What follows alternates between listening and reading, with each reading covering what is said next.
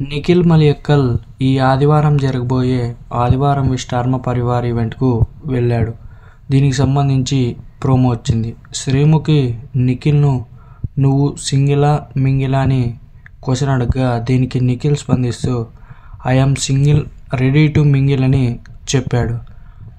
మొన్న ఎపిసోడ్లో Kavyasri villains and heroes థీమ్లో నా లైఫ్లోనే నేను చాలామంది విలన్స్ని చూశానని చెప్పింది.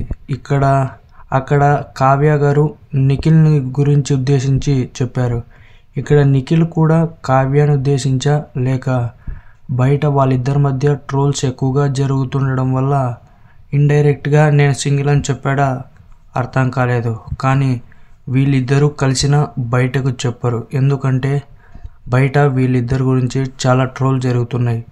నిఖిల్ బిగ్ బాస్ లోపల ఉన్నప్పుడు బయటకు రాగానే ఫస్ట్ కావ్యానే కలుస్తా అని చెప్పాడు. కానీ బయటకు వచ్చాక బయటకైతే చెప్పలే నేను తన్ని వెళ్ళి కలిశానని. లోపల సీక్రెట్గా కలిశాడేమో అనేది మాత్రం తెలియదు.